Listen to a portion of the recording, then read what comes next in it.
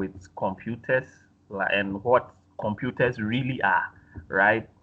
And is it what we already know, or there are more to it? So we are going to learn all these things today and in the first session, right? One of the things we are going to look at the end of this session,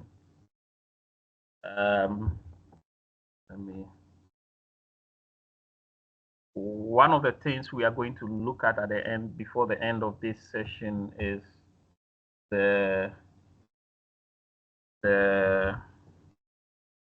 that we should be able to introduce computer literacy, right? We should be able to explain, understand what computer literacy is about, and the nitty-gritties, the various details that has to do with it, right?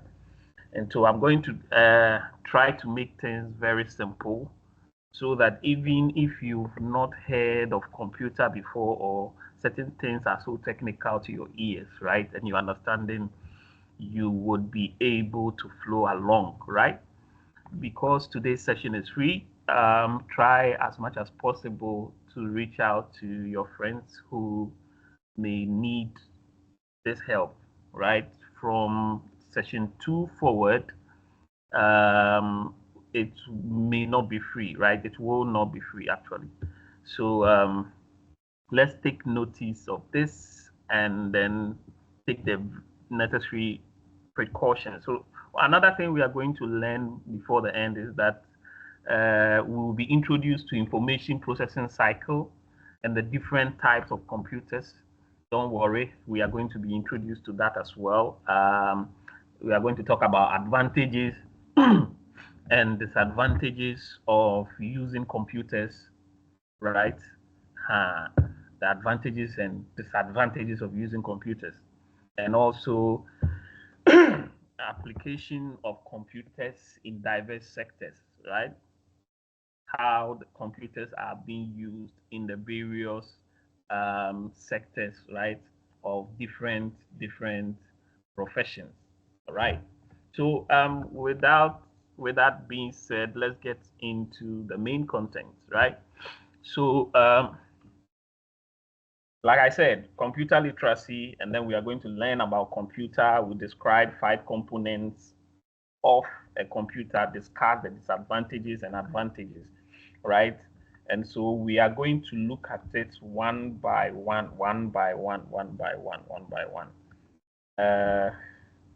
And so when we say a computer, right?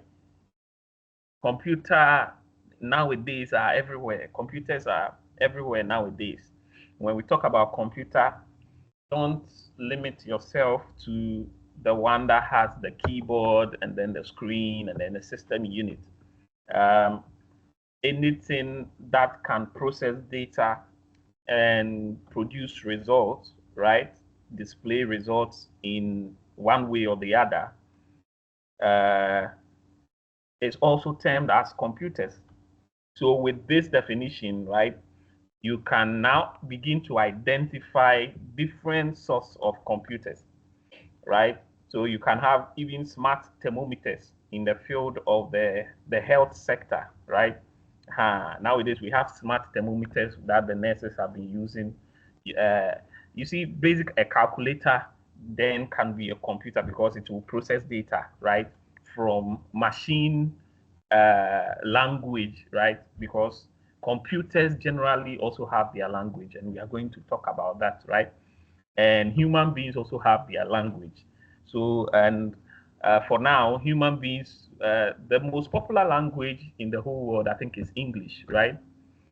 So this is what we use to talk to the computer, right? So whenever you are key in something for the computer to process, you should put it at the back of your mind that you are inputting information. To you, it's an information, right?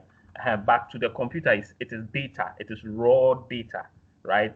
It has not been processed yet, so we don't call it information.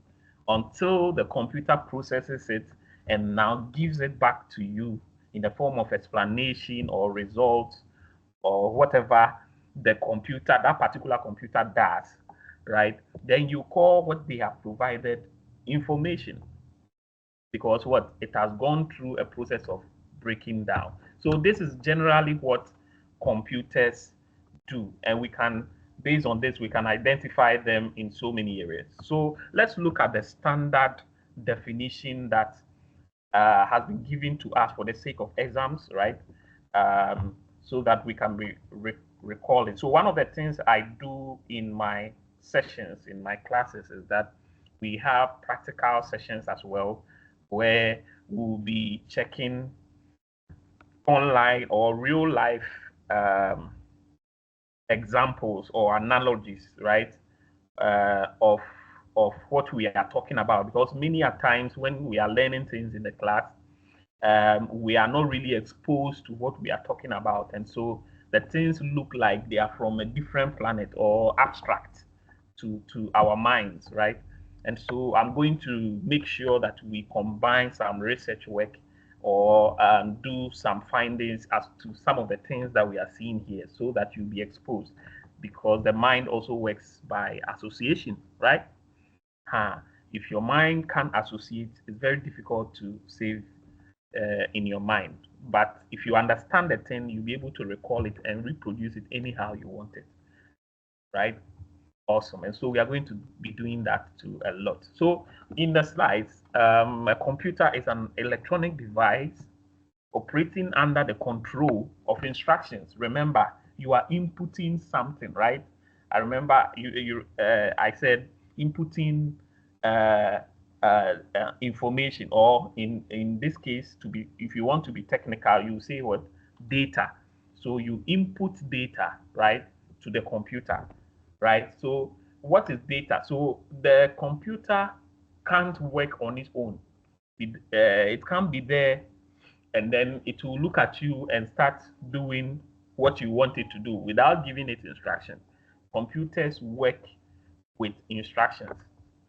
You get it? So whatever you give the computer, that is what it will produce based on what it knows, or the database it possesses. When I say database, it's a combination of all the information that it has been given, right? So when you ask it questions within those information that it has been given, it will provide the answer based on the information that has been programmed, right? That is the information that has been given, the programmed information that it has, right?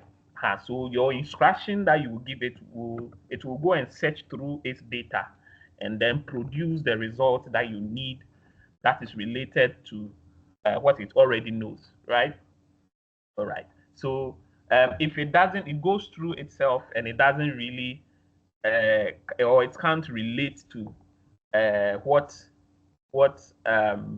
you have given it to produce. That's when you start seeing those programmed messages on your screens, either error or can't find or can't reach. You see, so at that time, the information it needs to provide is not within its reach, right? Awesome. So basically, we give instructions to computers to perform certain actions for us. So for someone to receive an instruction, the person must have a certain memory. So if I'm giving you a set of instructions to do something for me, you see that normally either you listen attentively or you take a pen and paper to note down. So over there, when you are writing, the pen and paper they have become tools for saving that information or that instruction at that time.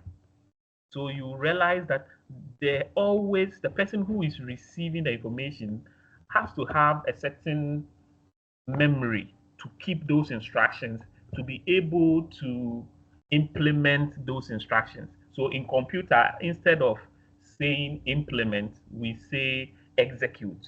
So the reason is that every course that we are studying, or every course that you are studying, right, they have their own terminologies. So even though I want you to understand and I'll be using simple English words, I'll also be interchanging it with the technical words you are supposed to use when it comes to this course that you are studying, right? And this will be fetching you the extra marks during your examinations, right? And so instructions stored in its own memory. So a computer is an electronic device, first of all, operating under the control of instructions, right? Stored in its own memory, right? So that it is operating based, as I said, it's operating based on the information it has already been given. So in this sense, the technical word, instead of saying information that has been given, or you say working based on its the way it has been programmed, right? So it has been programmed in such a way that, so for instance, a calculator performs calculations, right? Imagine you go and ask the calculator, what is the capital town of Accra or Ghana? You realize that either first of all, you will not have the tools, right, to be able uh, to do uh, that, perform that action, right? Or you will get an error screen where it will tell you that we can't find that information because it is not meant to produce that. It wasn't programmed, right? It wasn't programmed to perform that action. That means that it doesn't have information with regards to what you are talking about. You get it? So we say that operating under the control of instructions stored in its own memory that can accept data. So first of all, it must be able to accept the data you are giving it. You get it? It must be able to accept the data you are giving, that raw information that it hasn't been processed. So whenever what you are giving it to do is what we call the data. So process the data according to specified rules, right? It must be within the it must be within what the computer was meant to do, right? So you see that it says processing the data according to specified rules, because if we did it to perform only calculation, then you should follow the rules that has to or pertains to do with calculation, or the user manual that comes to that with that computer and follow suit to give your data or your raw information, right? And then it also does something apart from accepting data, right? To process it within a specified rules, it also produces results. So after you giving the instructions, okay, after you give the instructions, what it does is that it also a bit of my attention being taken away here by a new entrant into the class. All right. So apart from it accepting the data that you are producing, right, that raw information, it also produces results. So it processes it, and that result that it gives, which now can be called information, right? So before you, when you are giving it the instruction, that one is just data, right? And after it produces or runs the instruction that you have given it, right? So run to is another term that we'll be using a lot in computing, right? Run to, it also means, another term to say run is what?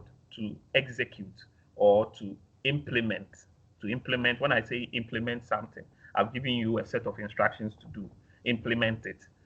So in computing, we either say run or execute, right? We can use them interchangeably. All right. Just that I don't like to use the word ahead when we have not gotten there. It may confuse some of us, right? Awesome. So kindly mute yourself. Goodwill. Okay. Your microphone is on. The session is being recorded. Let's do well not to interrupt the class, right? Awesome. If there's a question, you can raise your hand and then I would attend to you. Okay. All right. Thank you. And so apart from accepting the data, producing the data, right? It also stores, it can have the ability to store, right? It can have the ability to store that information it has produced. It can have the ability to store, right? The results for future use, you see. So it is when all of these are brought together, that's when that device or that tool can be called, can qualify to be called a computer. So is it an electronic device? First of all, is it an electronic device? Second of all, is it operating? Is it programmed? Has it been programmed to do a specific thing, right? Is it programmed to do a particular thing? Does it have its own memory, right? Its own memory. It's not the memory card that we know, but most computers, in fact, every computer has a certain level of memory that it used to perform. Because if you don't have memory, you can't even store someone's instruction in your head. And this is what I elaborated in the early submissions, right? Okay, so at this point, if you don't understand something, you can raise your hand and I'll attend to you. Other than that, we'll just move on, okay? All right, so I'm unable to see the screen where everyone is because I've made it so big, the presentation, right? So if you raise your hand, I'll hear a sound. If I don't, you can unmute yourself and draw my attention, and then you ask the question, okay? Great. So now that we know these things that qualify something or a device to be called a computer, let's pick the major things, right, within this definition, right? So you notice three main things. So you realize that it collects data, first of all, right? Which is the input that I was talking about, right? Giving it that instruction, right? Or programming it, if you want to use the IT term or computing terms, right? So you input, it collects the data. On your side, you are inputting it, but on the computer side, it is receiving. On your side, you are giving, and so we say input. So it collects that raw information, which is also called data, and then processes it, right? It analyzes it, it calculates, depending on what computer it is. And then the third one is what? Produces the result or produces information. So notice how when you were giving the input, it says data, but it was information you were giving it to, right? But when it comes out, it's no more called data. It's now called information. This is very, very important. Students get these things wrong a lot, especially when you are marking the papers. They interchange them and put them in the wrong places, you see. So over here, the data here is when you are giving it. It's a raw, it's not processed yet. So we call it data. And then after process, it's called what? Information. So when it comes out now, we now call it output. Output. All right. So collects data, number one. This is the cycle, right? Information. So we call this the information cycle, right? So the first one is what? Collects data. The second one is what? Processing. The third one is what? Produces information, into bracket, output. So you input and then you get an output. You put something inside and then you get something outside. But in the middle, no, what happens in between that is what we call processing or thinking.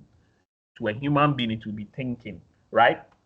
Awesome. And this is basically the information processing cycle. This is what we call the information what processing cycle. So when they tell you in the exams to list the information cycle or the three main information processing cycle, right? You have what inputting, the collection of data, or into bracket inputs, and both of them are important. Collection data. So don't say that I'll just write input and remove collection of data, right? You have to add because data has to be there. Because what are you, other than that, what are you inputting? You input data, you see, and the computer is collecting the data. And then this one too, you don't come and say, I will just write output. You see, you have to also include that apart from the output, the computer is producing an information. All right. Okay. So we are going to look at some of the raw data. So as I was saying, some of the things that we can give to a computer for it to process things for us. So first of all, when we pick a computer, like let's pick those computers that our brothers and sisters who work at the mall use, right? Our brothers and sisters who work at the mall, the computers they have been using, we call them the POS system. So let's look at the POS system, right? The POS system, right? POS system.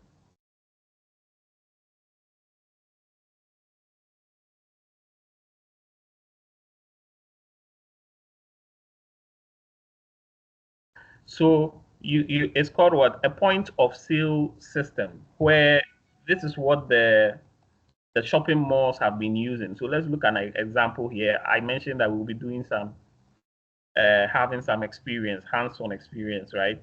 So this is how it looks like. So you normally have, let me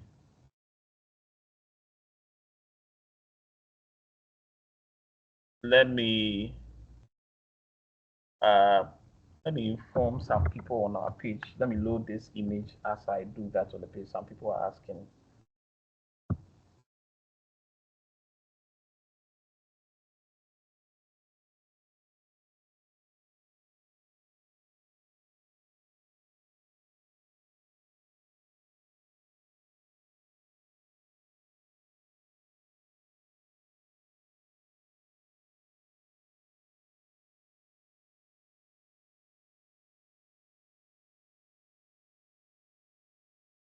All right. I'm sorry for the interruption. Some people are asking about the time for the session. All right. So, so we we have in the image here a POS system, right, which is also a computer meant for what calculation, right? It produces receipts. It can print receipts. It can also receive payments. And so let's open it, the picture, right, and see. Um, let's see. Let's see. We want to see it huge on the screen so that we can.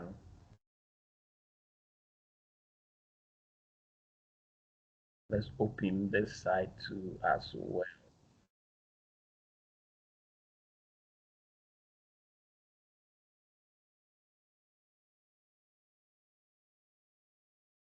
Let's open this side too as well. So we can see on our screens. Let me know if you can see, if you can't see on the screens, right? Wait.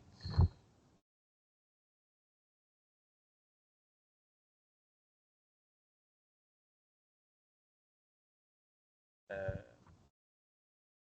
so I'm trying to zoom in. Okay.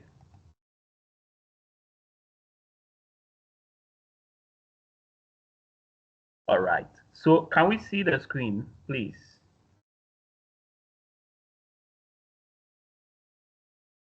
Can we see the screen? You may unmute yourself and let us know.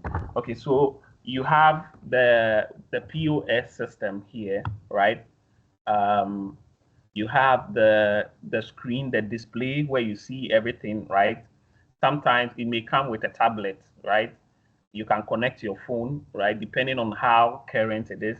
You see that it also has the credit card scanner, right? It has a credit card scanner where you can input the digits and so on. Is someone wanting to join? All right. So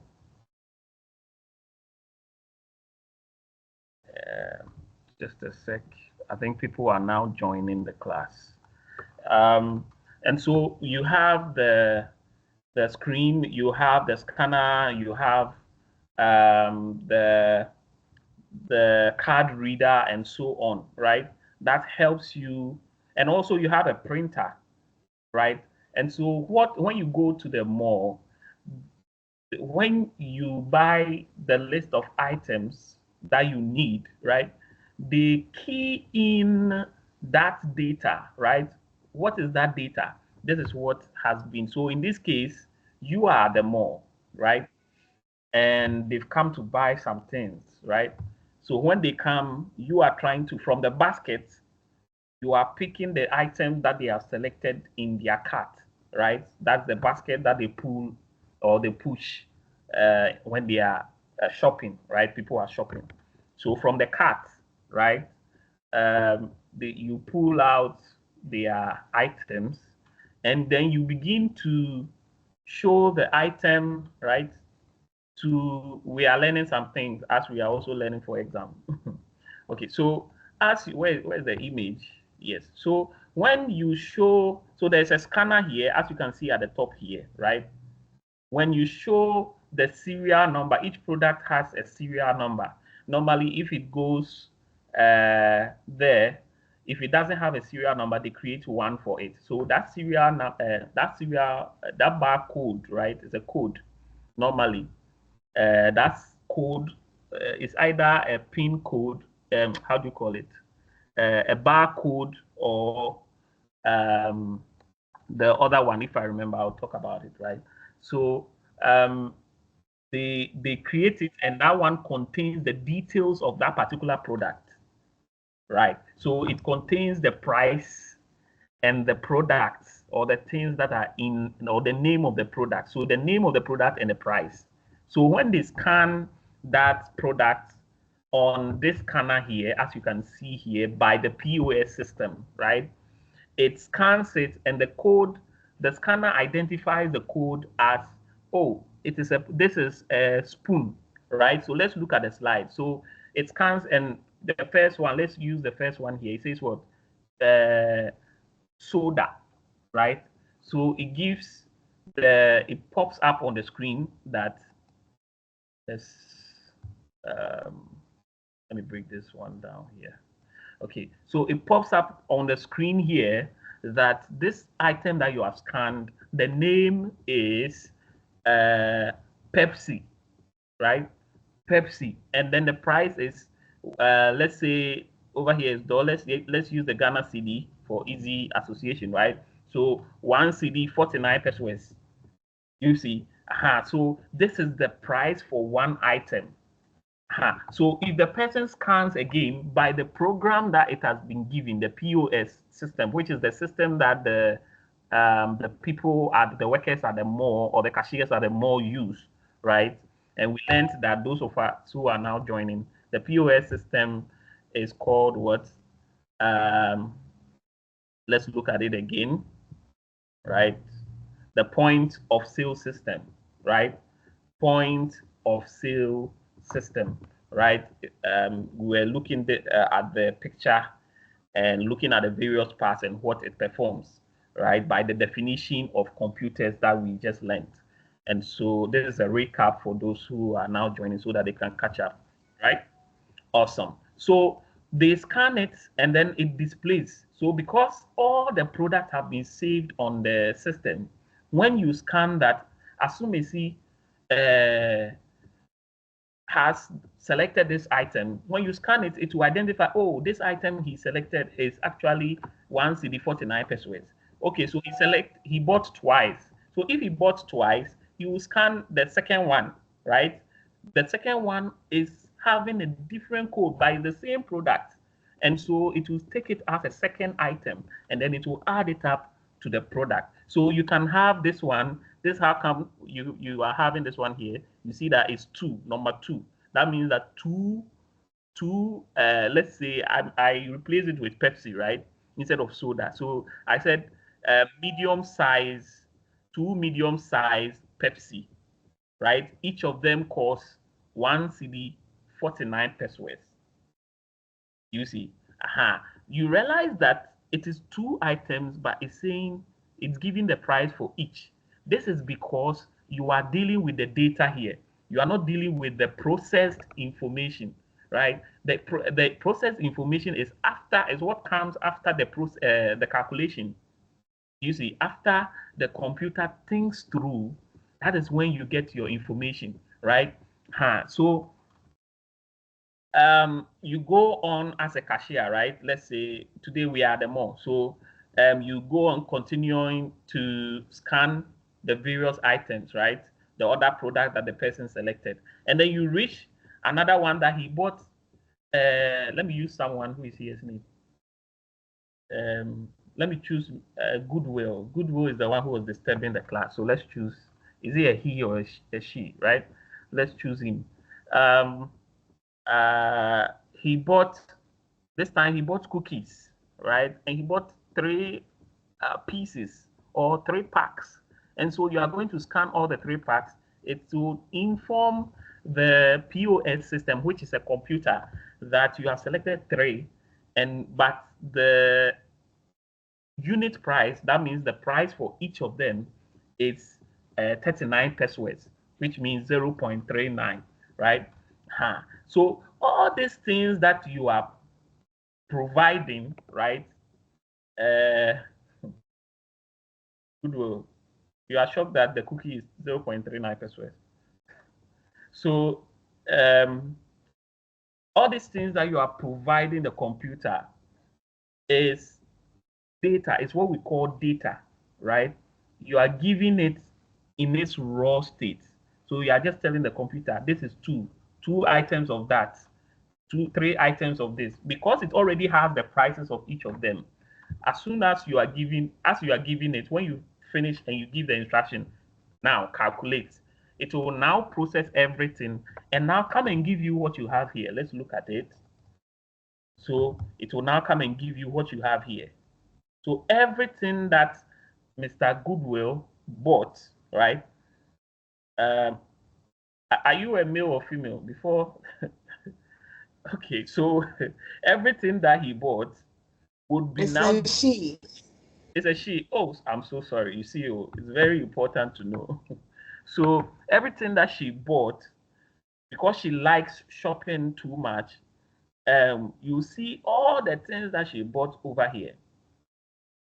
You see, and this is now what we call the information. Do we all get it? So this is the basic difference between a practical example of data, right? Yours is not to know the programming side of data yet, okay? Yours is to know the human communication between the computer and then the human, right? So with this one, for instance, in this industry, which is the shopping or the retail industry, right?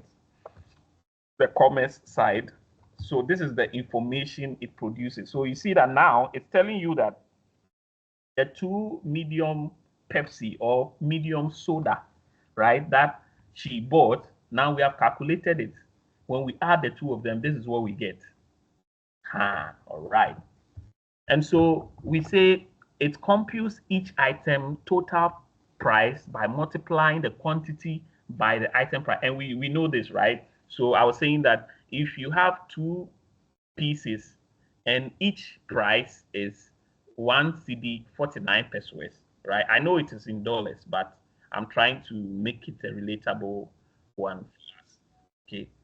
Um, um, I've seen your message. Okay. So two of the items, because you have given the instruction that one item is one cedi 49 pesos, it will now calculate it. What do you think it will do? It will multiply. So one is 1 cedi 49 pesos. So two will be how much? That computer will now do that work. You get it? Aha. So you see that what the computation it will do is that it will now say two 2 times 1.49 equals 2.98. So this is what it will be doing during the processing stage, right? It will now also, apart from the calculations, it will now organize the data and put them in a very nice order. So as you can see here, it organized them, right? It organizes the data very well. You have already given it that, oh, when you are printing, put this one at the top, or you have designed a certain company name already in it. So anytime it arranges, it already puts the company's name and their number at the top. And then you have also programmed that, okay, it will say thank you. So apart from the calculation, it also arranges everything.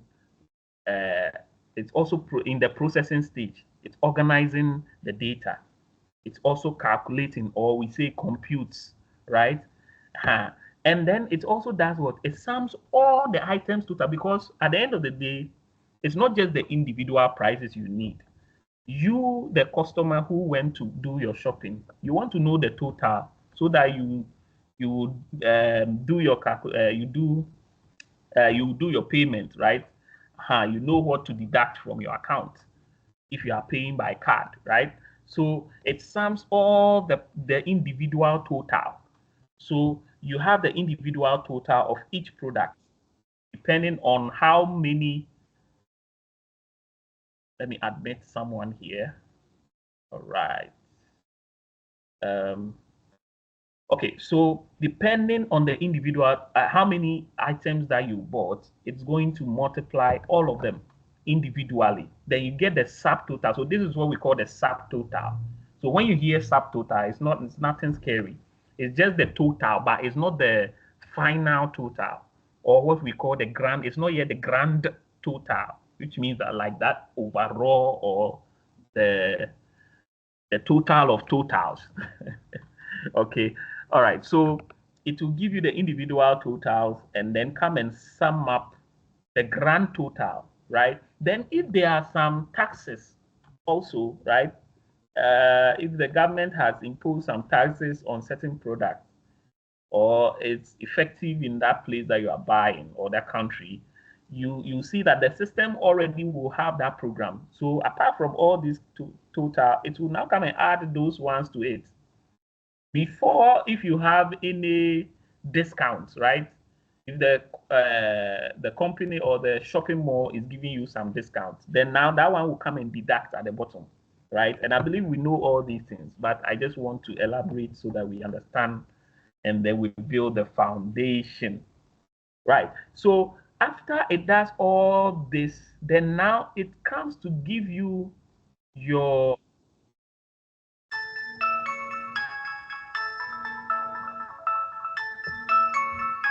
Now it comes to give you your grand total, which is the total that you need, right, to do the final one that you need to do your payments, right? Madam Vida, what are you doing here? Are you doing UGBS 102? Anyway, so that before it comes to give you the Sorry. Before it comes to give you the grand total, the one that you need to do your deductions for your payments. Just a sec. Let me see.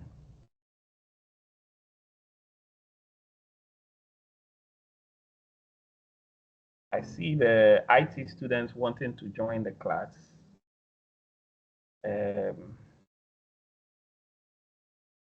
Just a sec. Let me issue.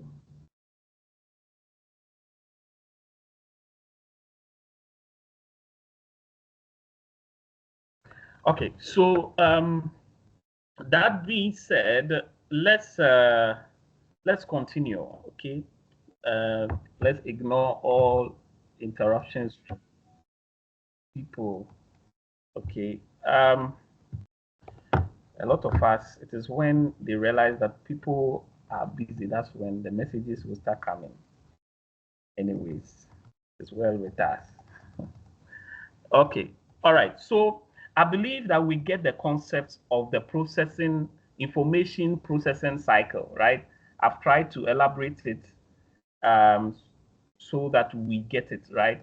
And there's one more thing that goes on during the processing stage. So you can also say that in this example, the processing stage, one of the things it will do is that it will subtract the order total from the amount received. So if there are any discount, it will reduce the grand total, which is the amount you are supposed to be paying, right? If there's a discount on an item, it will reduce the amount that you are supposed to buy. So by calculation, the computer would reduce that percentage or with that percentage or with that amount so that you can do benefit from that reduced payment. The same way, if there are taxes, it will increase the final price, right? And so it will be doing all those actions behind the scenes. So all these things are parts of the information processing cycle. Is there any question up to this point? Any question? Any question? All right. So let's move on. Let's move on quickly.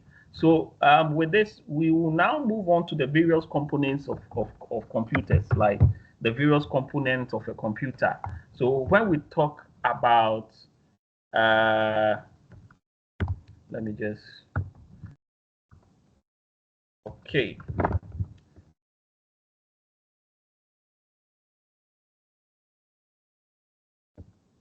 All right. So when we are talking about the various components of the computer, a computer contains many electric or electronic and mechanic components known as hardware.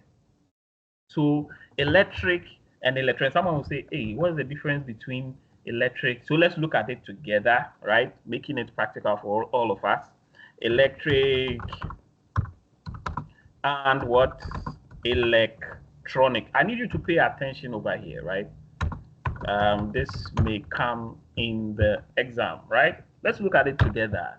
Okay, so when we say electric and electronic system, right? The difference, let's talk about the difference.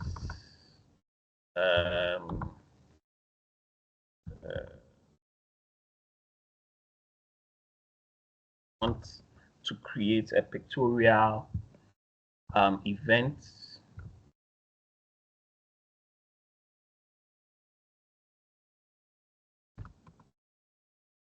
Differences, right? I missed one F. Differences. Differences, yes. In computer, what? Components. Components. So let's look at it together. I hope we can see, you can all see my screen, right? Please, who here can see can we all see the screen? If you can see, give me a thumbs up so that I know that you are seeing my screen. Just give me a thumbs up so that I know you are seeing my screen. Madam Abelta, she, is that Madam Chanel using the name at she? Yeah, okay. Madam Jemima, I didn't see your hand. Can you see the screen? All right, I think majority of us are seeing the screen. Let's proceed, okay? In computer components, electrical components primarily handle the supply and distribution of power. So what is just there is to just help this other part of the computer to receive electricity to be able to perform activities because it uses electricity to perform activities, right? So these are the electrical parts, right? And then we also have electronic parts, right? I understand that those doing UGBS 102 are not IT students, and so I'm trying to be as elaborative as possible, right? We are doing practical here so that people can easily remember. You see that I know already, but we are still searching because if I say I continue to say and say and say, it will just be on the side of listening. We'll just read it, but when I do this, you remember that, oh, okay, he opened this and we're looking at this picture, we're looking at this video, and so on. So it will create an event or a memory in your mind that you use to recollect during the exam. So pardon me, those of us who are a bit ahead and it's looking a bit repetitive, right? So the electrical part is where the distribution of the power is, and the electronic components, they manipulate the processes. So they are involved in the computer processing. So that calculation thing that we are talking about, those are the components that are involved in the processing, right? But they also do another thing. They control the flow of electrons. So as the electrical components are in charge of providing electricity, right? The electronic components control when the electrons, right? The electricity or the electrons are flowing. Let me admit. All right.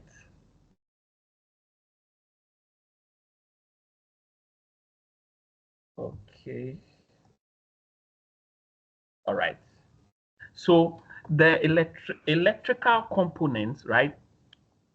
They handle the supply of electricity within the computer, right? And then the electronic components handle um, the control after the electricity enters. How many volts should go here, so that more electricity will not enter a place where it's supposed to receive less, right? So that control over there, it is the job of the electronic components, and the electricity part or electrical part is where its own is just to distribute the power. Do you get it? So whilst the power is being distributed, there's a component that cares how much power enters where. You get it? So that it doesn't blow up, so that it's not under giving a power to a source that it's not supposed to give, right? So, but I hope we understand up to this point. Any question up to this point? Should we move on? Any question? No question?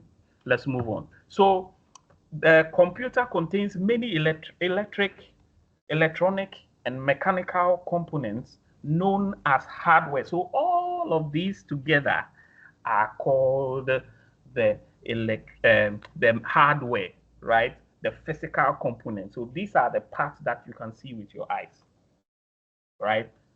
So we call it the hardware, just like you call your printed papers hard copies, right? And then you call your PDF, the ones on your phones, you call them soft copies, right? So we are using the same analogies here, okay?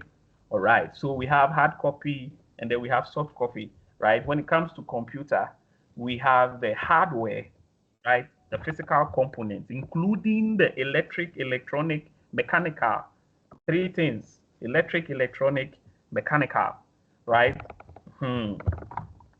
These are the ones that make up the hardware. So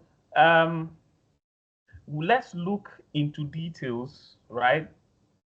The types of devices that we have, right? the types of devices that we have. We have input devices, right? When it comes to computers or devices, we have a lot of them. If you say you are mentioning, you mention and you will not finish because new technologies keep coming every now and then. You get it? But if you are able to classify them, then you know that, okay, this one belongs here, this one belongs there, right? So they have been classified. Let me just reduce this side.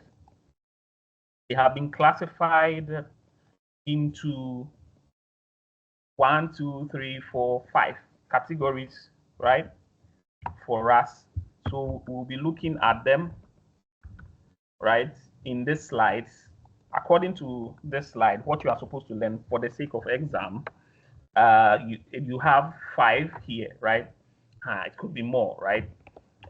So input device. So these are the ones that allows you to enter data. So imagine all the devices that allow you to input data. So let's go back to the POS system, the one at the mall that we were looking at, right?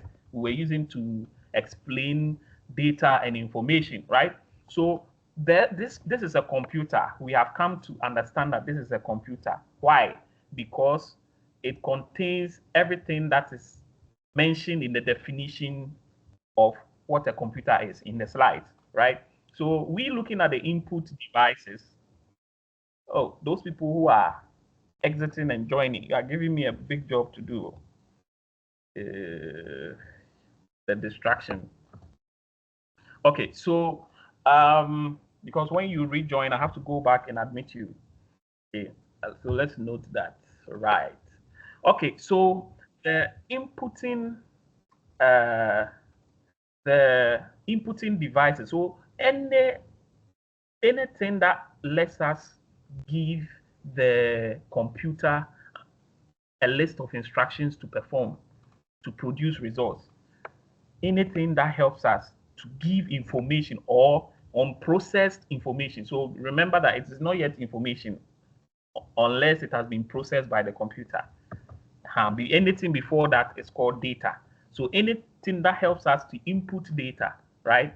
Anything that helps us to input data to the computer for the computer to analyze, that thing is called an input device. So over here with the POS system, you can see that this one the scanner here, right? The scanner here, it helps to identify, as I was saying in the beginning, you show the product serial code, right?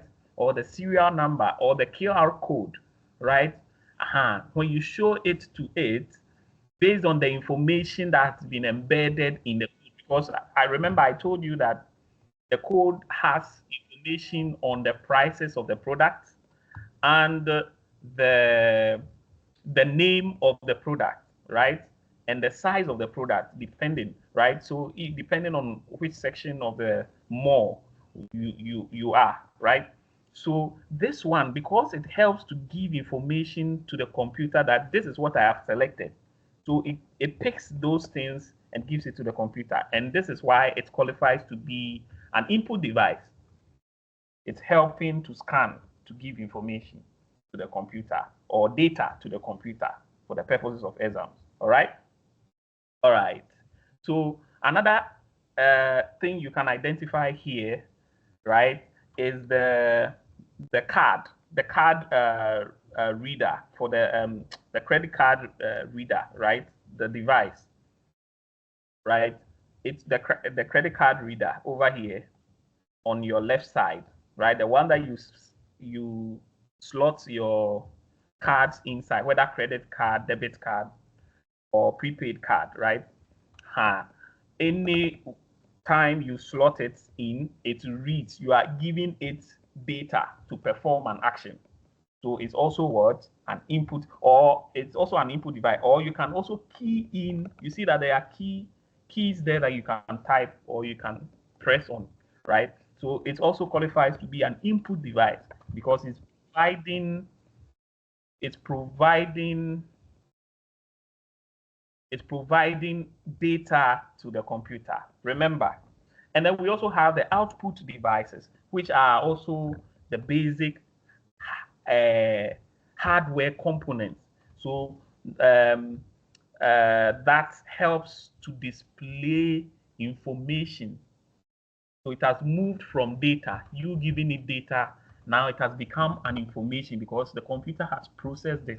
It has calculated and given you the results of what you bought in the market or the shop, right? Mind you, we are just using this computer, right? Because it qualifies to be a computer. As an example, there are so many other computers. We are going to look at them in a second, right? So the output one is one that displays the results after the processing has been done, after the data has been processed, after the calculation is done. The one that helps for you to see that, oh, this one is what has come out after I gave the instruction. That one is what we call the output devices. So you can see, so the first one here, you can see a monitor here, right? It displays your results, right? So that you can preview, you can see the preview, right? You also have a printer here. You see there's a receipt printer, right? There's a receipt printer. It prints out what the result of what you key in with the card reader, or you key in through the touch feature of the screen, right, or the monitor, right? So nowadays monitors can serve as input devices. They can also serve. They are also serving as what, output devices, because they display. They are also monitors. So you see that a lot of things in computing that are being taught in schools need to be updated. But for now, we are sticking with what is in your slides, okay? Because you are tapping on buttons on the screen, and you are giving the computer information. Even now, typing are done on the monitors, right? Anyways, so let's continue. So the monitor, the card reader also qualifies to be an output device. And then we have system units, right? We have system units, the case that contains electronic components, right, of the computer that are used to process the data. So that thing that is involved in between the input and output, the time that you put something or in, and you give the computer an instruction to perform, and the time that it produces the result, in between something happens, and we call that processing. And we've talked about it in the information processing cycle, remember, which contains 3 stages. The first one being input, the second one being processing, right, the processing stage, and the third one being what, the output, right? So the first one, input, the collection of data. The second one is processing, and the third one is what, output, which is the producing of what, the information, right? Awesome. So the middle one, what happens in between is the calculation, right? The thinking, the time that it thinks. And there are some systems that are involved. There are some components, right, that are together called the system units that are involved in the thinking. So this is what we call the system unit, right? Awesome. So storage device. So apart from all these 3 things that we have mentioned, remember when I was making my first example, I mentioned that when someone is giving you an instruction, you need to have a memory to store the instructions. Otherwise, you can't recollect the instruction, let alone to execute or implement, right, the instructions, what is needed in the instructions, because you need at least a certain level of memory to be able to remember and keep in mind the list. So imagine you have about 100 instructions. You see, you need to either do them one by one simultaneously, or even group them. You need to have that mind to store or remember all of them in order to execute. You get it? And this is how come storage is very, very important. So using the human brain or the human situation, right? you will know that even the human beings would need a certain memory to remember if I'm giving you a list of instructions to go and do. You get it?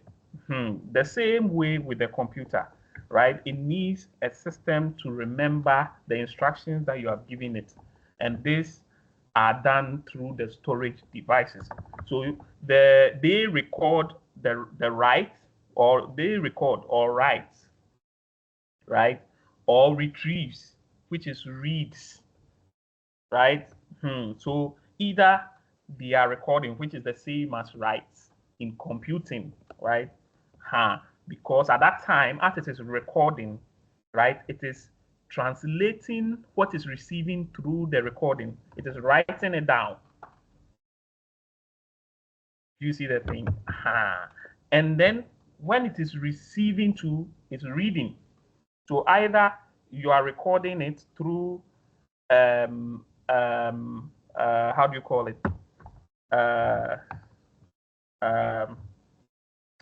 Video, audio, or pictures, right? Or even text. You see, or you are just going through them. The computer will just be going through them. So there are some that it needs to do that.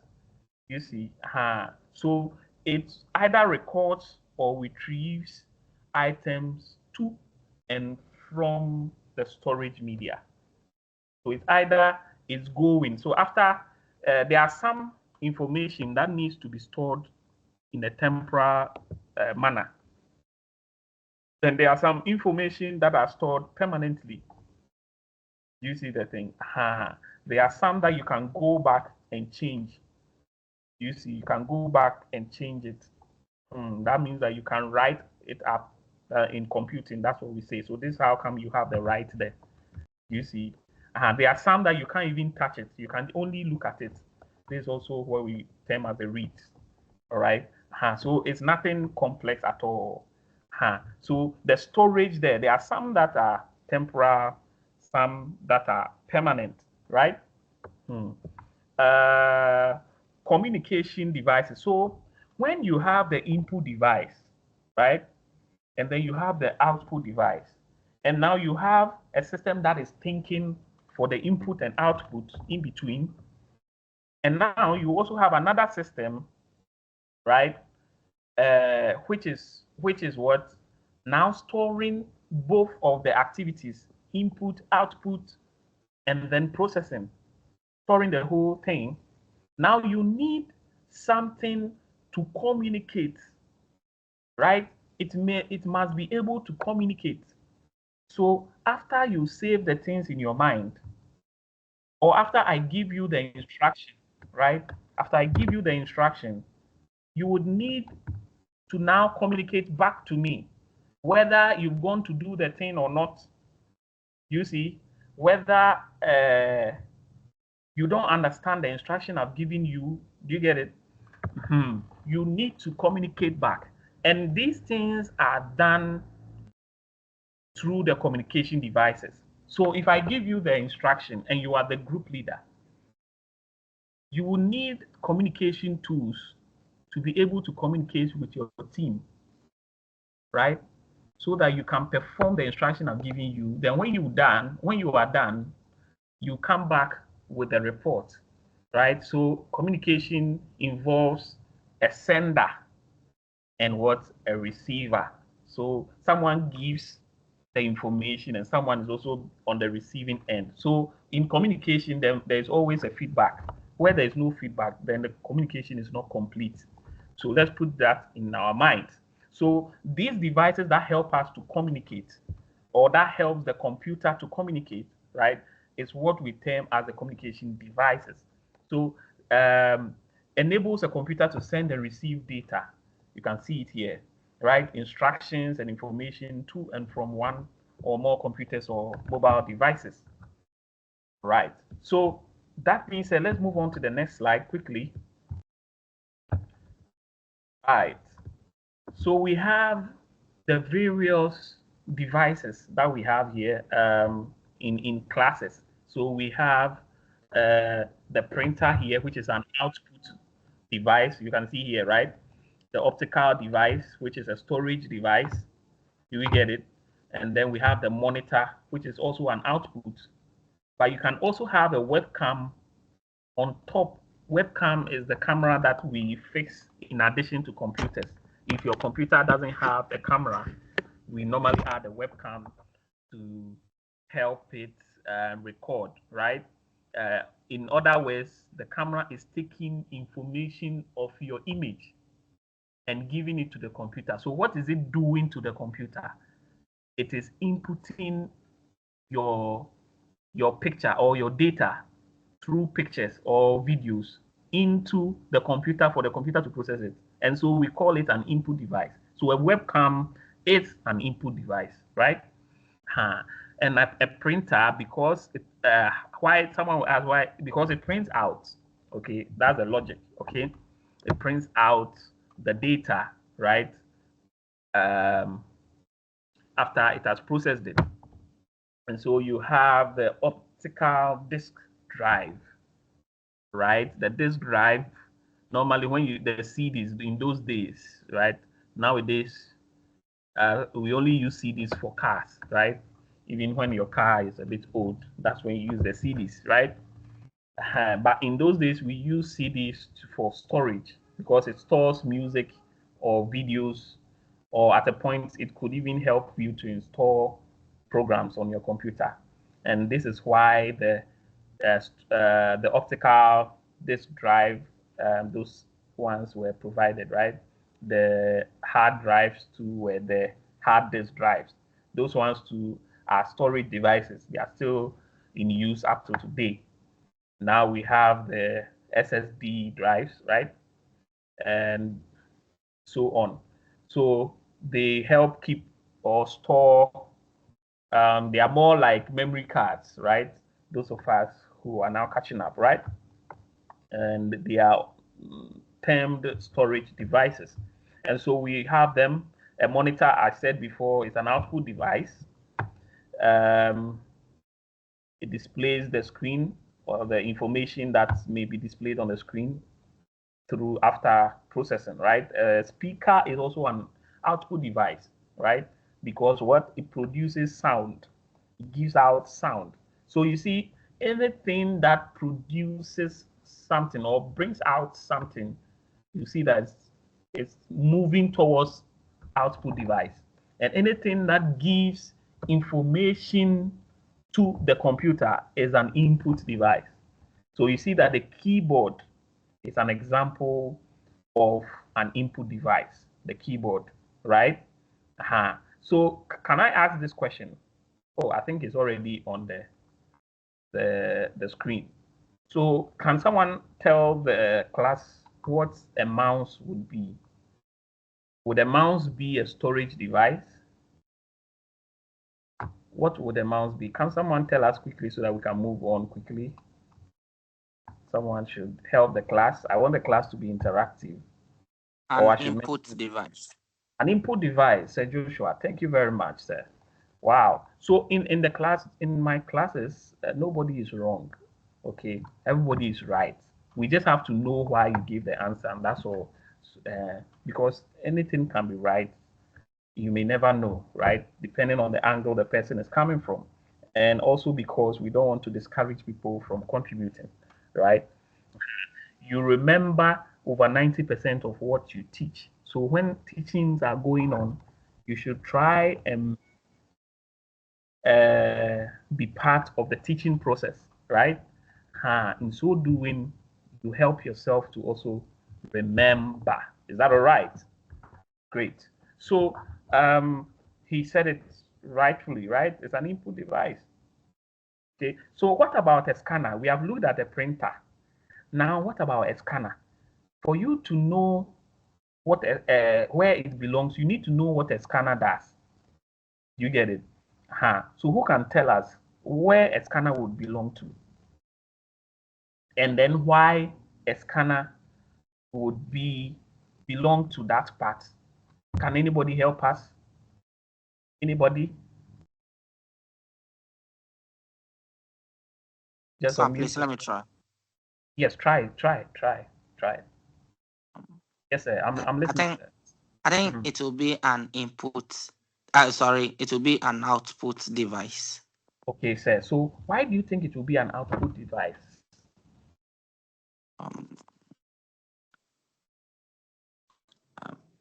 Because a scanner, if I may not get it wrong, I think it serves as a printer. It serves as a printer. Okay. So yes, sir. I'm listening, sir. I don't even know how to go further. But a printout. Please go further. Please go further. I'm listening, sir. A printout instruction given out. Okay. If I may not lie. Oh, okay. So I think something was confusing you a bit, sir. So let's correct that quickly. The scanner, the difference between, I know because this confuses a lot of people, and it is good that you have stepped up with this so that I wanted someone to bring it up so that we talk about it. So you see that a printer brings out what has been displayed or what has been processed. It prints out, it brings it out. But what a scanner does is that it can pick what the printer has brought out, right?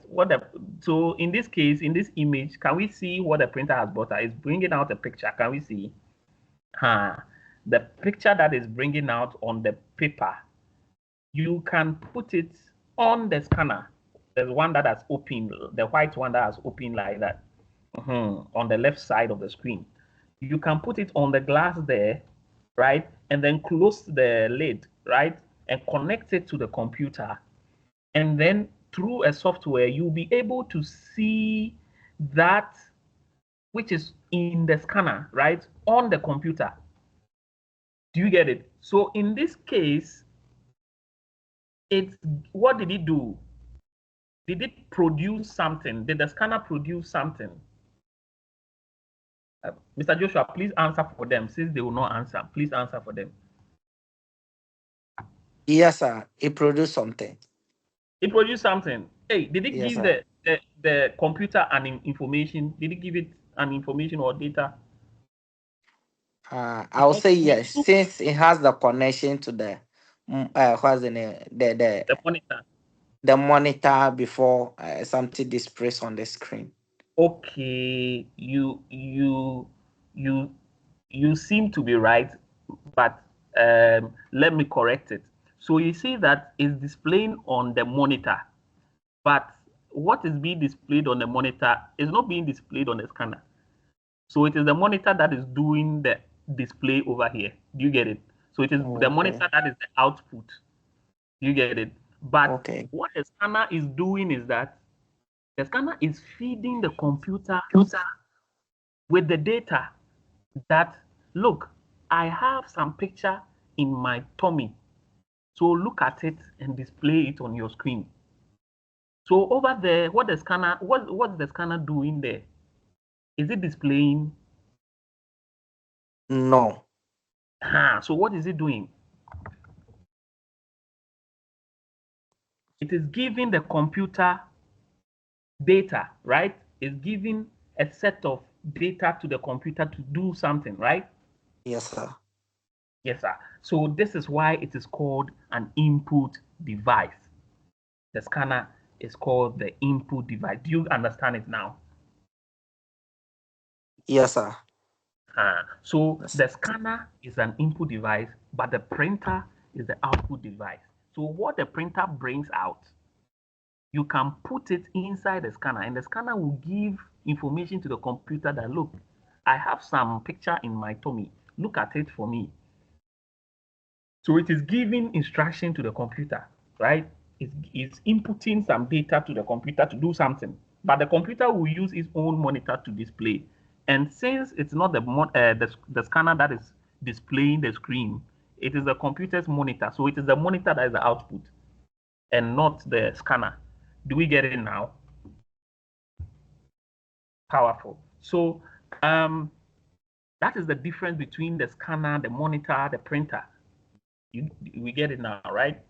Awesome. So Yes. because I noticed that this confuses a lot of students and they don't normally don't bring it out. Also because we've made our sessions a bit rigid and people are feeling shy to come up and people are afraid to be wrong, right? Because we don't create the environment for people to be corrected, right? Uh, so thank you very much, sir. I encourage this in my class a lot. Let's continue. It will help us. You see that you've learned a lot, right? Anyways, so let's move on.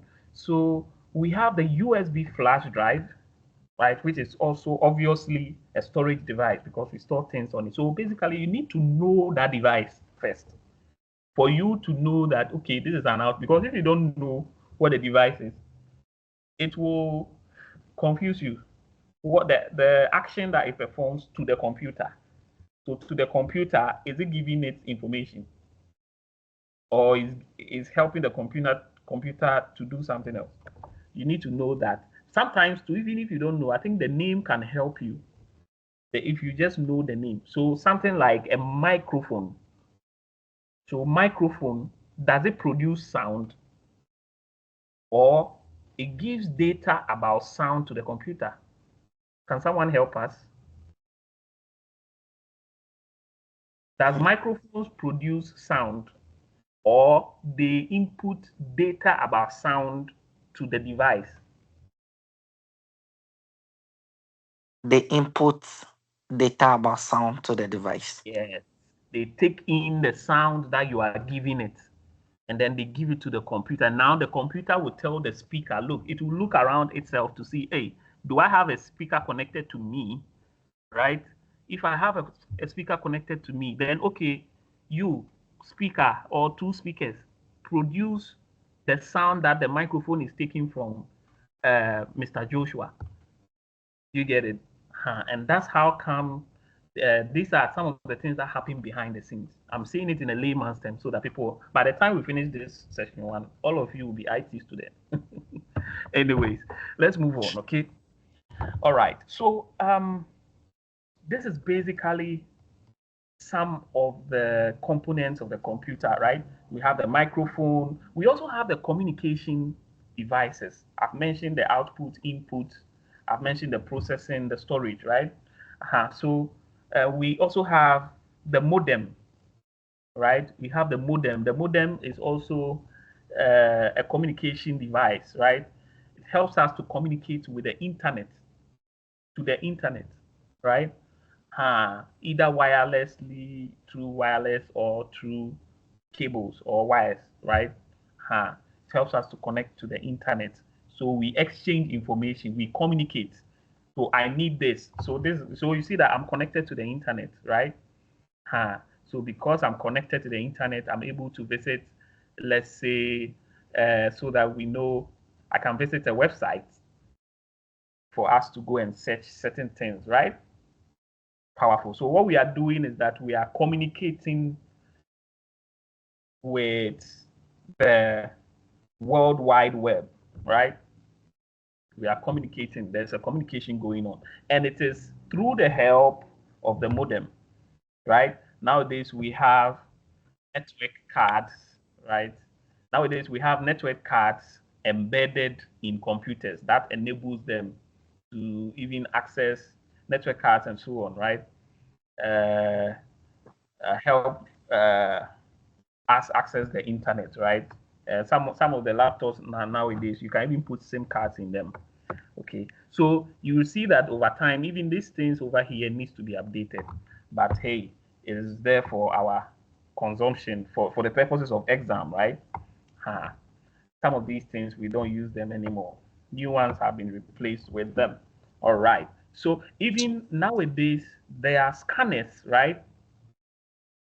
I thought the reason why um, I wanted to hear Mr. Joshua, Mr. Doe, I wanted to hear you uh, explain why you thought the scanner is an output device.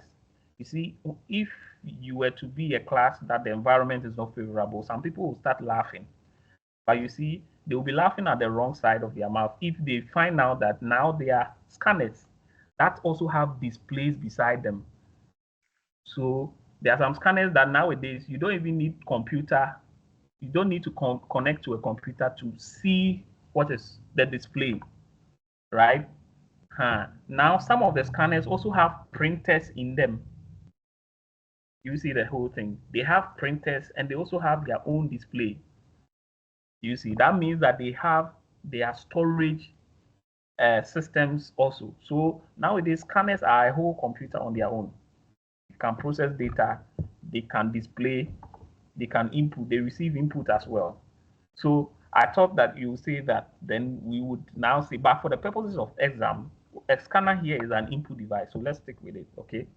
All right, powerful. We also have external hard disk, which is also, as soon as you hear the hard disk, you know that we are talking about storage. All right, great. We also have memory card storage devices, microphones, input devices. So we now have a general overview of the whole thing. I'm trying to make it very simple as we move ahead. Okay, so let's talk about some of the advantages and disadvantages of using computers. Because remember, one of the things you want to pay attention to when studying is the objectives of the topic in the beginning, right? This is where they use to set the questions mostly. And one of the objectives in these slides was to know about the advantages and disadvantages of using computers. So let's talk about some of them. I'll go into details as usual, make them relatable so that you can remember, right?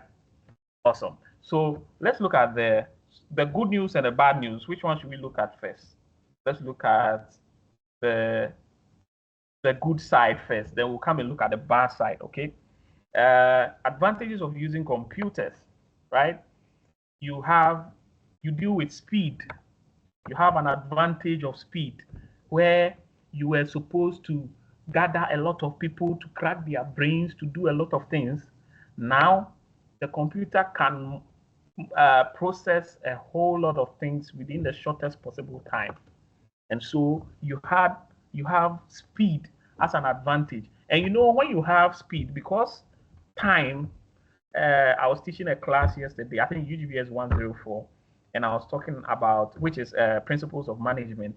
And I was talking about the fact that when, as a manager, you are in an institution or an organization, you know that time is one of the resources you need to manage well as a manager, right? But a lot of us, we don't take notice of this in time. We should learn how to manage our time. Very, very important. And so because as a manager, you want to use that smallest possible time to maximize your profit or gain a lot of things in that small time. You get it? So when someone is wasting the time, then you know that you are losing what you were supposed to get within that period. You get it? And so when you have devices or machines or computers, right, that are performing that activity and you're able to produce more as a manager, then you are maximizing your profit.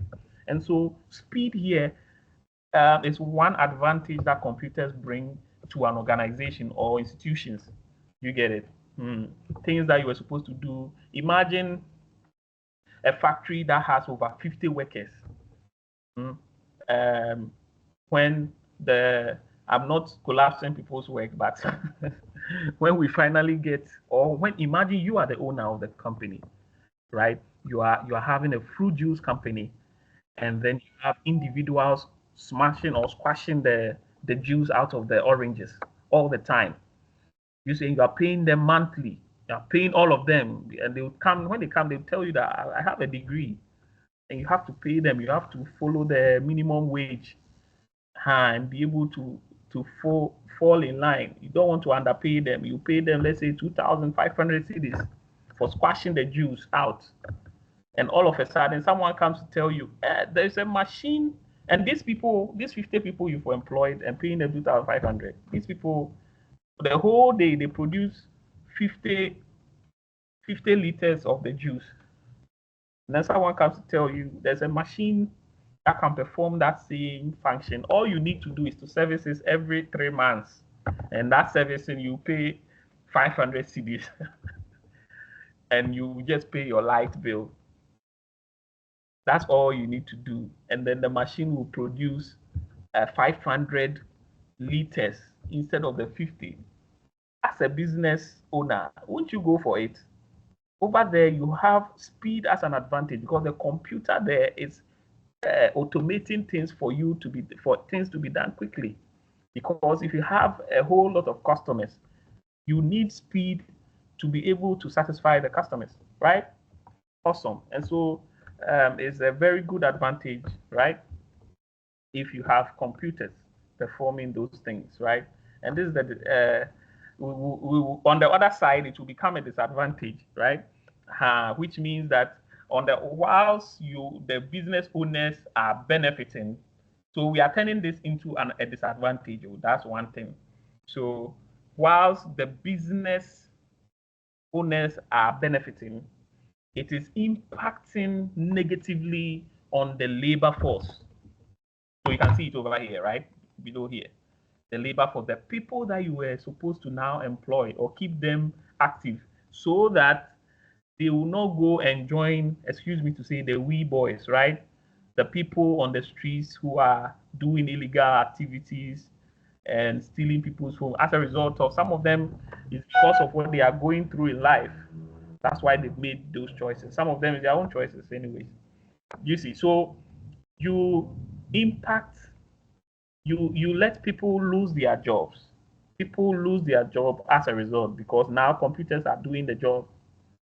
You see, so it reduces the number of people that were supposed to be employed in that same role. You get it? So as you are picking the advantage, you can also turn it into a disadvantage, and that's what would help you, right? If you are asked in the exam, right, or they tell you to identify it through objectives or something, you get it? You'll be able to transfer things and be able to move on and get your marks quickly. All right. So you also have reliability. So you see, computers don't make mistakes. Computers, because they are programmed, they know that 1 + 1 is 2. When you add 1 to 2, it becomes 3. When you add another 1, it becomes 4. 1, 5. It goes on. So there's no way it will make a mistake when you say 4 plus 1 and it comes to give you 6. It will never do that because it is using the programmed data to process your information or your data to give you that information you need. You see, and all you need to do is to put it in a loop. When I say put it in a loop, it means that make it repeat itself all the time. You are making it repeat itself. So you don't leave it and then be thinking that, hey, will the computer do the work for me or not? It doesn't have its own mind to think that, oh, the instruction I've received, should I do it or not? Maybe I'll not. If the computer fails to do something, it means that you have not given it the right place in the right environment to perform. It doesn't have the tools it needs. Maybe something is finished, you see, but other than that, it is just reliable. It doesn't have its own mind to think that, oh, should I do it? Maybe in the future we'll have machines that will have their own thinking. But until then, we are coming close, right? With the advent of AI and stuff, you now see computers think on their own. When you give them instruction, they'll think twice. You see, so but they are reliable. They are reliable, and so you see, one disadvantage of this is that when you now see how reliable machines are, anytime you see human beings, you think that every human being is a batch of ingrates. When I say ingrates, a bunch of disloyal people. You see, you don't even trust the human race anymore because you move well with computers and you rely more on them than humans. And so it can also put a human being in the state of isolation. You get it? And that's how come a lot of computer people are alone most times. And they don't even care. Do you get it? Because they rely more on their machines, the computers, right? Awesome. We also have what consistency, because it is programmed to do one thing, it will continue to do that same thing. You see, it will continue to do it won't change because it is sad.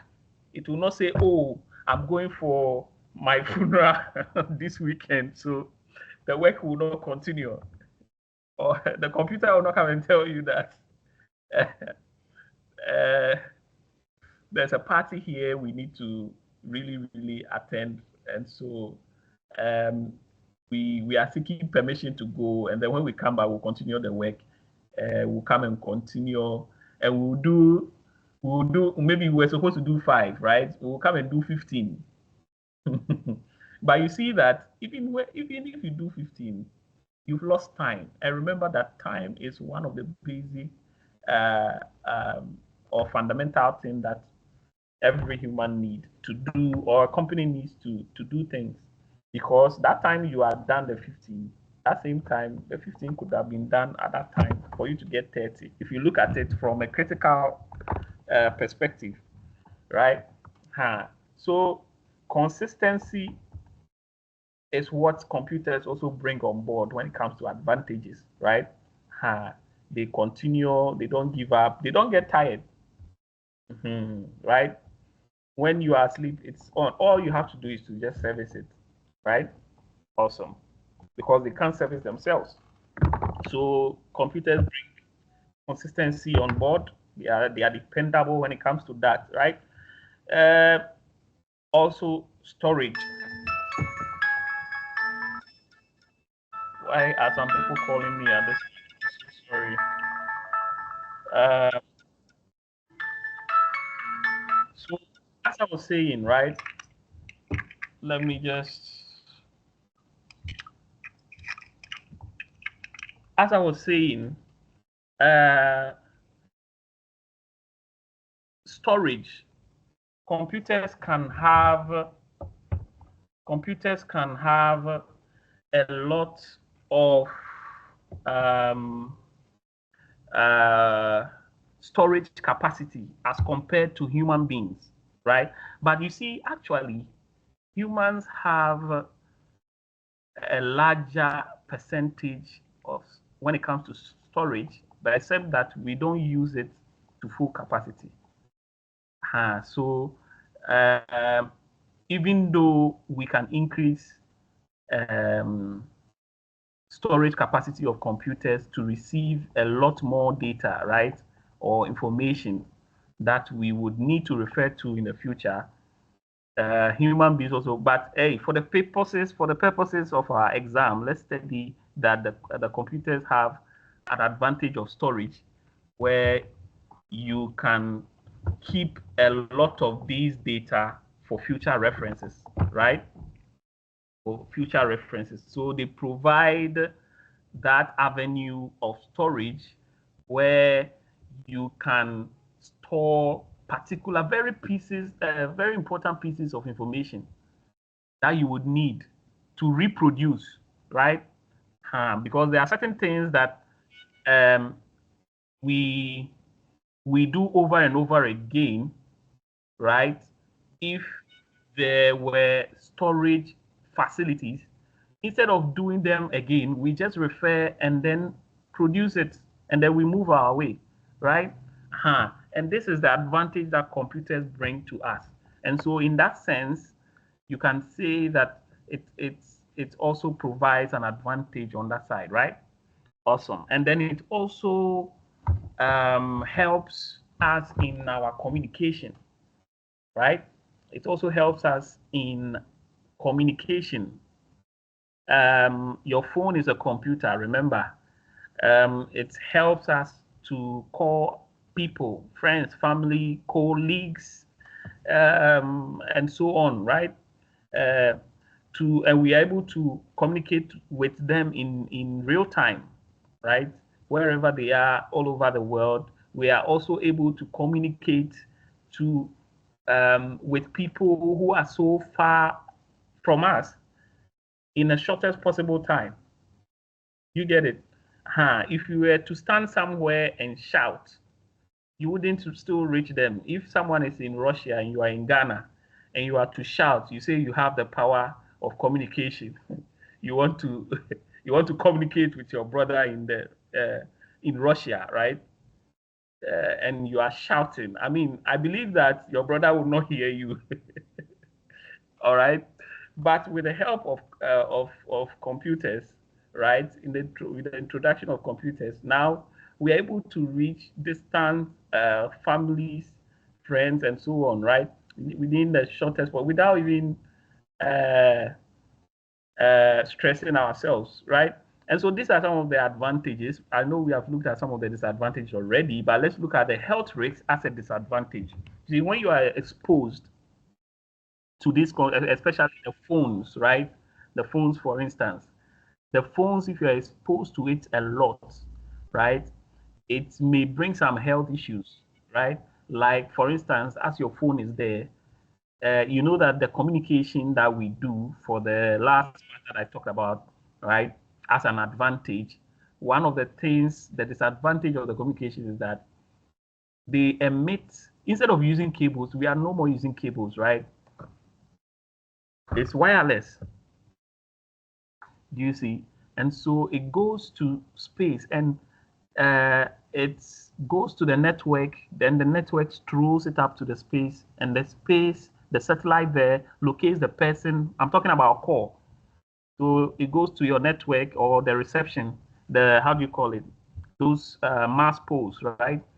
Huh. And then they direct them to the satellite, and the satellite locates the person you are trying to call. And that's how come they receive the phone call, right? Or the video call. And it does all of this in a short time, very fast.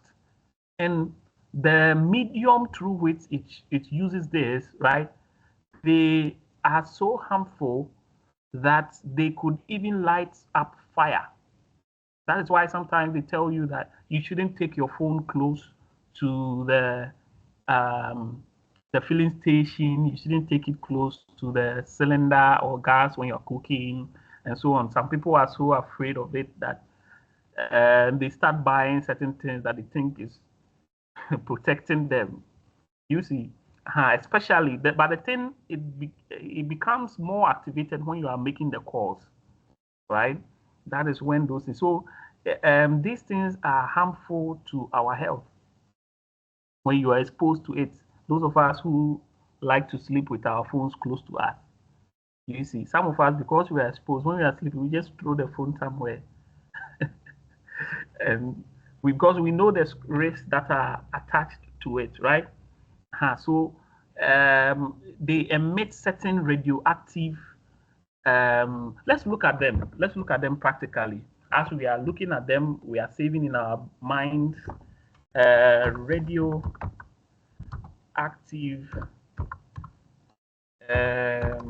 waves.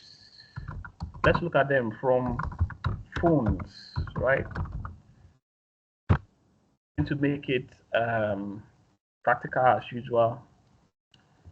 Side effects. Let's look at some of the side effects. Go to the top. Side effects to humans, right? To the guys, we are seeing something. I mean, this is a bit graphic, but you are watching, please watch with caution. The guys, those of us that put phones in our pockets a lot for a prolonged time. You can see the first image here.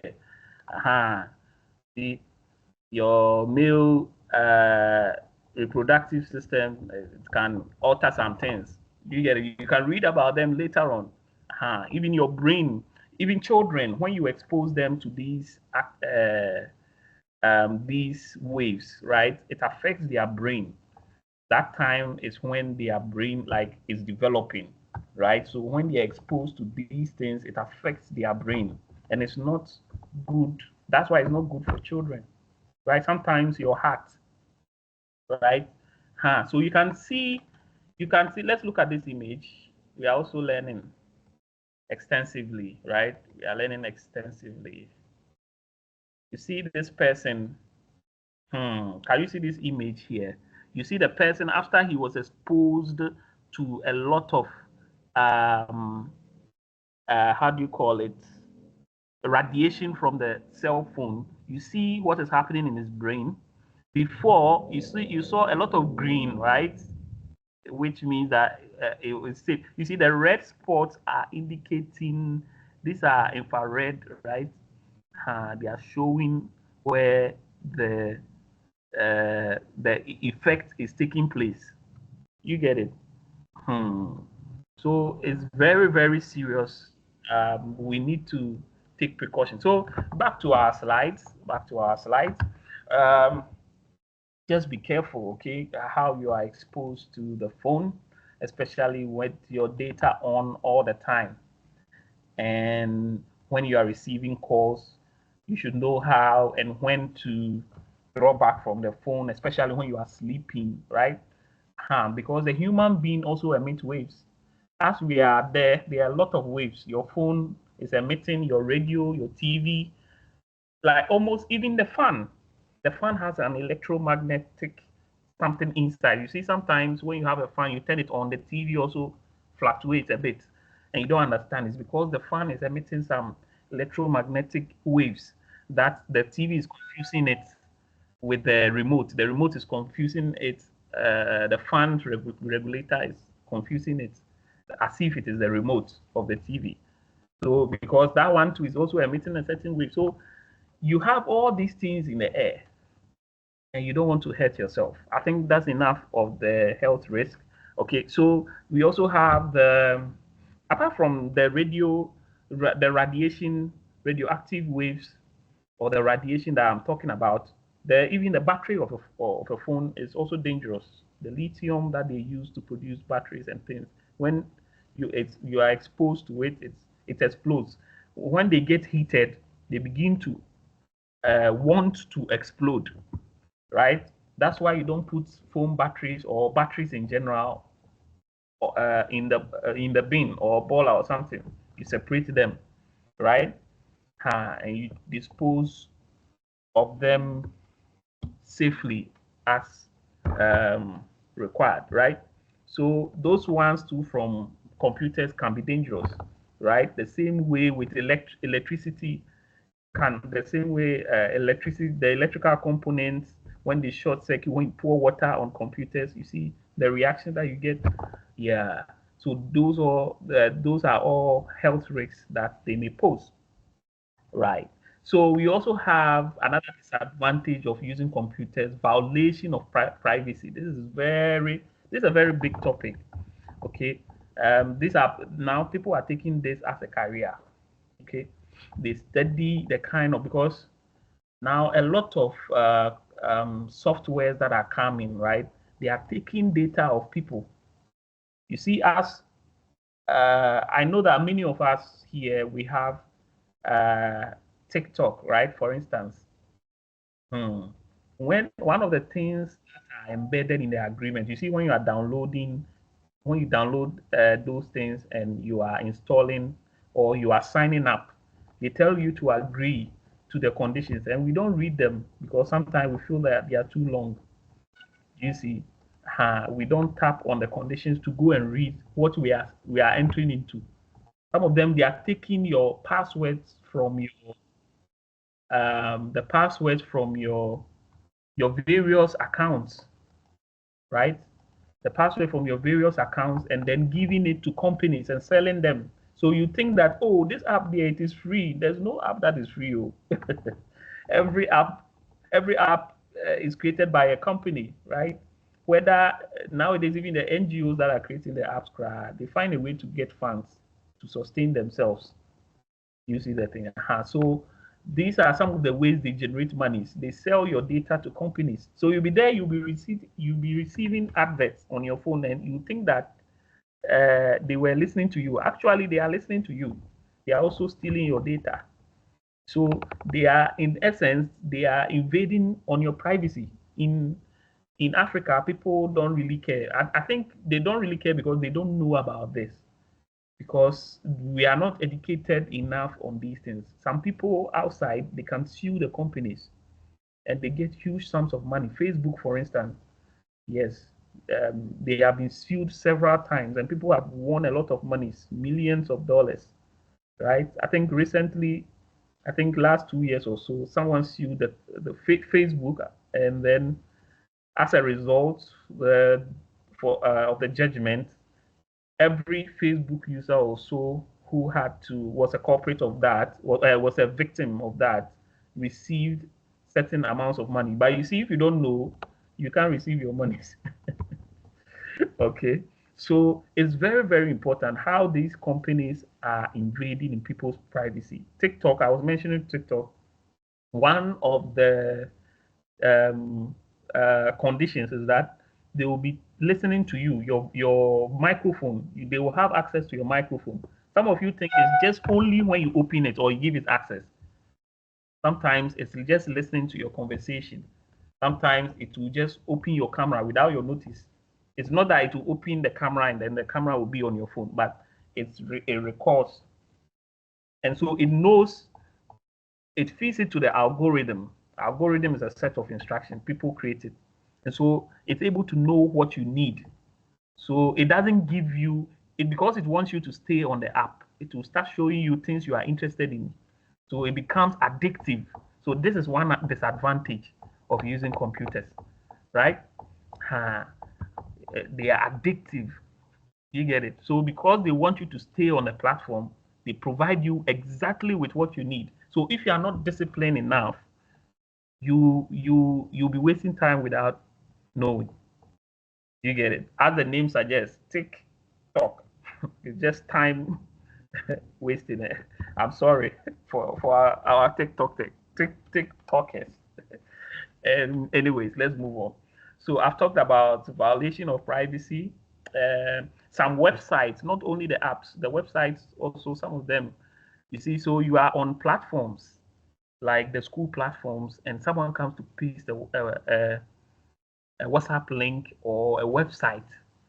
You should be able to confirm. You see, this is why I posted on our page recently that if you want to paste something, right, that has to do with a website, you have to let me know. You don't just come, you just post the thing, you see, and then you go away. When the trouble comes, they will look at the leaders. You see the thing, there are a lot of phishing websites, you see, and there are a lot of fraudsters in the system. You see, before the class, someone sent me an audio of a fraudster saying they are calling from a certain network company. And the way they were doing it, this time it's not the obvious one that you know. It felt so real. I was thinking, wow, if it were to be my people, they would have fallen for it. If it's not that the person was a security service personnel, right? Who is also into what I do, which is the IT field, they would have fallen prey to the scheme. So these things are very, very important, right? The people, protecting the people, and then being aware of these things. So these are disadvantages of the advent of computers, right, coming in the system. Okay, all right. So we have public safety. So it's not just about um, individuals, but also the general public.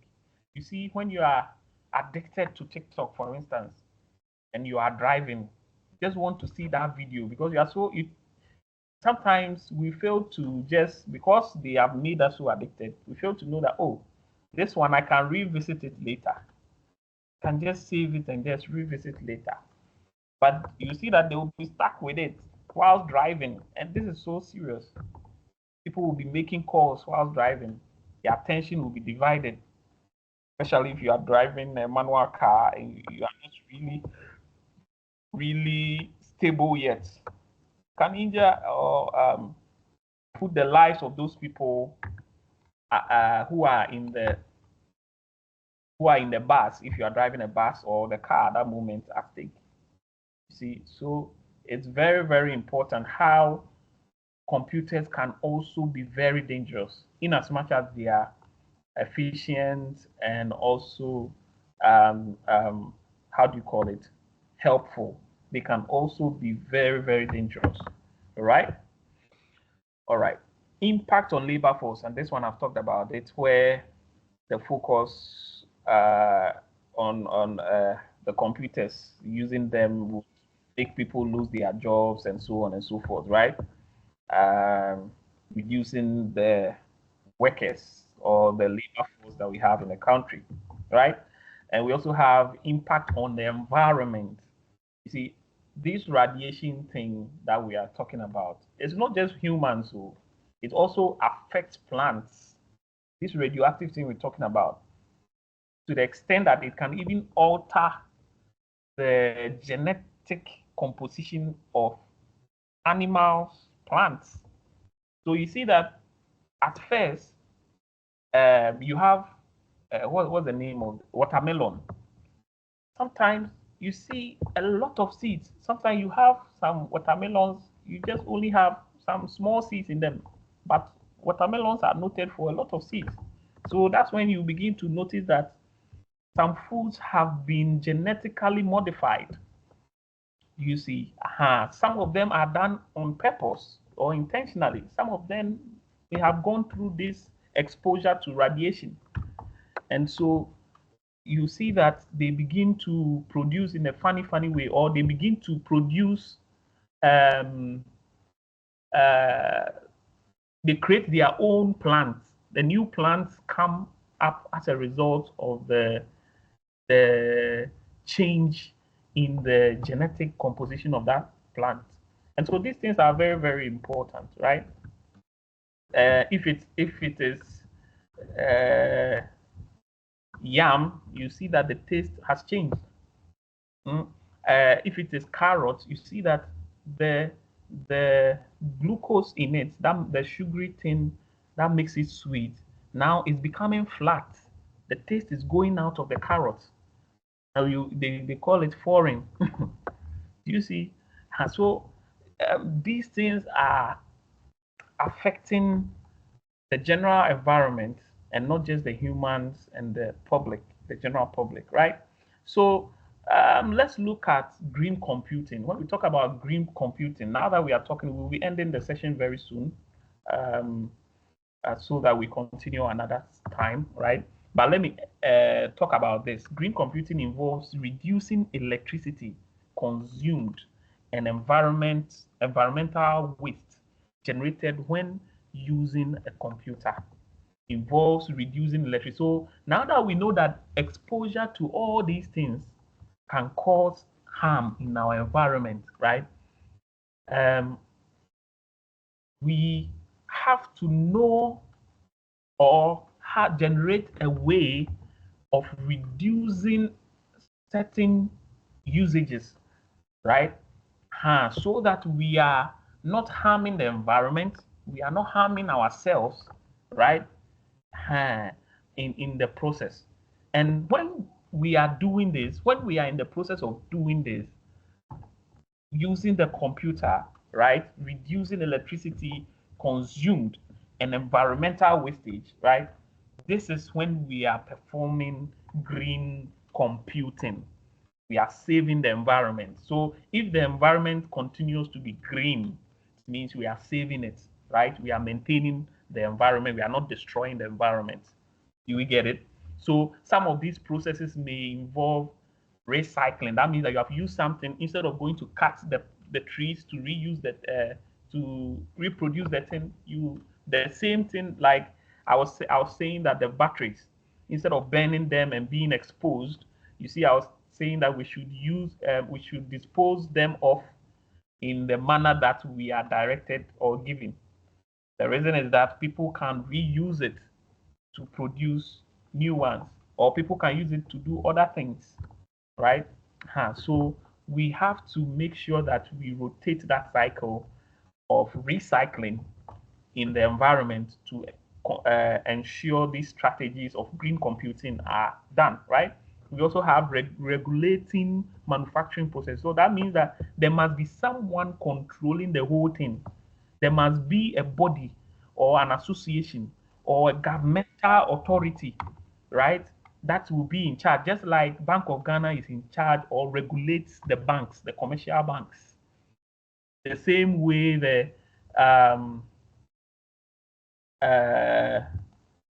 insurance, National Insurance Commission, right? NIC governs the insurance companies or regulates them and tells them what to do, what not to do, right? We must have, there must be regulating authorities that will help to create processes that companies or manufacturing companies or people who use computers must follow, or people who use these things must follow. Use it so that everybody will be safe in the environment. There must be a certain level of so this is why some of the items, computers that you buy, you see safety, but we refuse to read it. Henceforth, I believe that we will read them. Okay. There are certain things your computers are can be able to do, but they are prohibited. So because they are prohibited, they limit it. By then, some of us will go and see some videos online, and then we'll come and we'll go and check on the settings and say, we are putting the computer to use. See, forgetting that or not knowing that could also be the reason why the manufacturer placed it there at that level was because they don't want it to hurt people. You see, so we have to know all these things. These things must be done to maintain a green computing environment, extending the life of computers, right? These are the strategies one must do or people must do to ensure that we live in a safe environment. Immediately donating or properly disposing. You see, this is very important. Immediately disposing when something is really damaged, right? That thing is not working. You just find those alumni people, as we call in our local parlance, those people who collect metals and things, and then we give them, we dispose of, nice, it's gone. Rather than keeping it, it will begin to produce some things, begin to hurt you, right? Or properly disposing them of, like batteries, right? Or replacing them. You just throw them away. You see them becoming black, remove it, throw it away. Wash your hands with soap and water, running water, right? So that you make sure that no lithium leaves on your hand, right? Is that all right? At this point, I think I'll take some questions. If you have some questions, I would like to take them, right? And but I would like to say this, okay? This is very, very important. See, this classes that I am doing, just a sec, let me, all right. So you see, these classes that I'm doing, I'm taking my time to elaborate on a lot of things. So at the end of